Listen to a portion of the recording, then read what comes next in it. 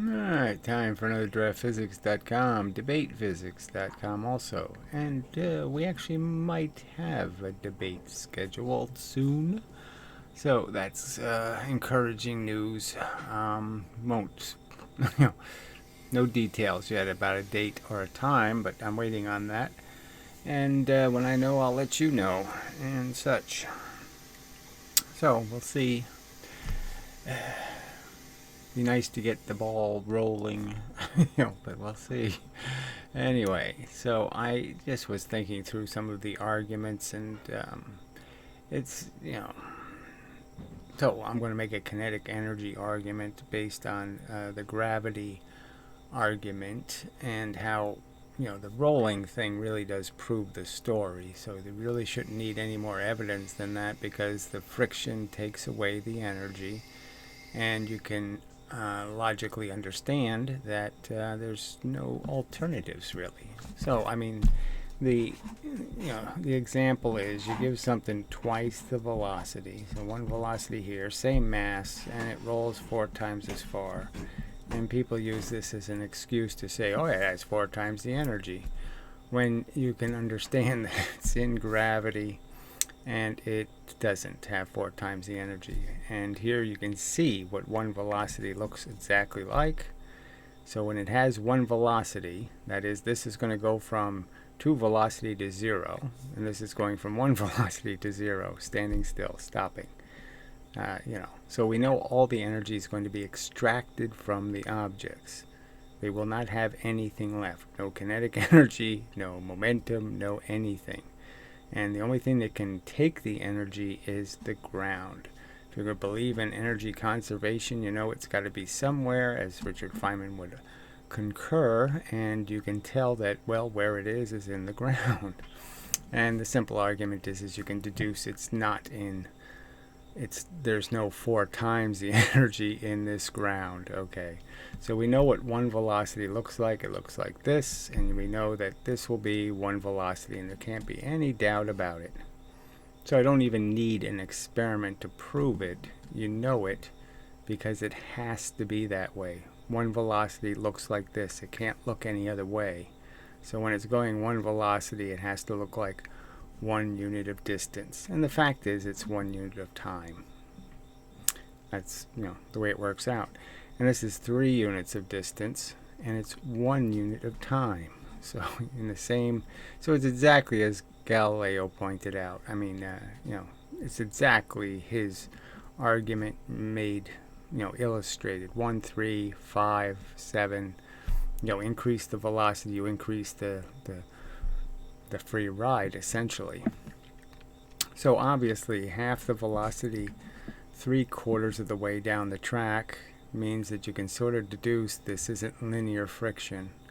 And it's kind of obvious that this friction over this whole period absorbed the same energy as this did. It's just as hot. So if they ever did the experiment to measure heat, that's the way it would come out. But we can do the experiment measuring pressure, and it's really not that complicated. So I have attempted to illustrate this point by just saying, oh, look, if we can also drop things, and you'll see the same effect. Okay, 1 unit of distance in the first unit of time, 3 units of distance in the second. Just put a 1 here because it's always 1 second. Okay. And so let's just say we're dropping the appropriate 10 meters, well, the appropriate 19 meters, right, to get 2 seconds. So this would be the proportions, the same up here. And so I was just saying, so you could sort of understand this experiment I could turn into a friction experiment, and I could take the energy out of objects, by applying a frictional force. Now, the point would be is, let's roll it. Let's take the rolling example, because then I don't have to worry about the velocity argument. And well, now I'm trying to think of an air track. Yeah, all right. Well, let's just say he's shooting something, air. Okay, so yeah, so we launch something this way, okay, at that velocity. And we know it's going to fall in the gravity, and now just, too bad, but it doesn't make any difference. We know how far it's going to go, okay. It'll go its 2 in terms of distance. And this example won't work either. I'm just trying to illustrate the point that you can have friction being caused by some other mechanism.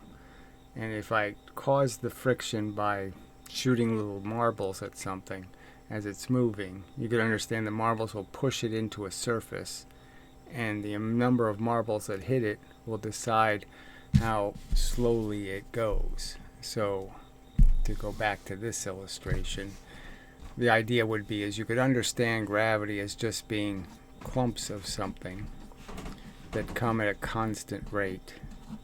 And the simple truth is the longer you're in the clumping rate, the 9.8 meters per 1 second, the more marbles will hit you, and the more pressure you're going to put on the surface. So if I could do this in space, I guess that would be the place to do it. Alright, no gravity to get in our way. And you were just going to shoot something at twice the velocity, and then you had little BBs that you were shooting at it at a constant rate throughout this whole path. So there's a constant rate of little BBs that are going to hit this thing and push it into a surface, and push it into a surface, and push it into a surface. You can understand that as it's going, it's to velocity, that it's going to lose its velocity at exactly the same proportions. That is, it's going to, because of the velocity, its fast velocity, fewer and fewer things will hit it the faster it's going. So the faster it's going, the fewer hit it per unit of time. It's pushed into the surface less, and so the surface takes less of the energy. So we have 2 momentums. We have one that's down, and we're not going to affect that. So it's like shooting things off a cliff. We're not going to bother that by making it fall in gravity. So we're going to throw a force this way, and it's not going to have any effect on this way, except for the fact that we put a wall here, and it's going to get hit and pushed into the wall. And so the obvious point to make is that as the thing starts to slow down, it's in the gravity more, and it's going to get hit more. Okay, the slower it goes through this gauntlet, right? This is the 9.8 meter correlate, meters per second, of gravity. And so the slower it goes, the more intense the bombardment, the harder it pushes into the surface. So I don't think there's anybody rational who can disagree with that fact, that that's what will happen, and you'll collect the energy unevenly. In this whole distance here, you'll collect as much pressure as you will in this short distance, because this velocity is so much slower, and it's going to get hit harder and pushed into the surface harder. So the surface will feel as much pressure in this distance as it will feel in this distance, and all the energy will be absorbed, and you will be absorbing less of it per unit of distance here than per unit of distance here, much more intense here. And it just kind of proves the point that 4 times the distance is not 4 times the work. It did not heat the ground 4 times as much. It did not put 4 times as much pressure on the ground, and the ground didn't absorb it. And it's a simple, it's kind of just undeniable. And you can really see the truth of it because of where the half the speed is. Half the speed is not in the middle. So obviously the energy is not being extracted evenly. It must be extracted unevenly. So this also relates to the thin ice argument, that I could slide over thin ice quickly, and I'll put less pressure on the ice as a fact, and the ice won't break because I want to cross it quickly. And if I go the same path but go that path slowly, I'll be weighing my real weight. Okay, and I'll break through the ice because I'll be applying more pressure on the ice per unit of distance. And so it's just thin ice proves the argument. So there is no kinetic energy because you can't collect it. It can't be anywhere. There's no place you can say it's hiding. Well, where's it hiding? What's it hiding as? So this sort of relates to, again, the other arguments are like the ballistic pendulum is just such a giveaway. 2,000 joules go in, 1.7 joules come out. What was it? And if more than, 2 joules come out, then you have free momentum. And you have to explain how you made free momentum.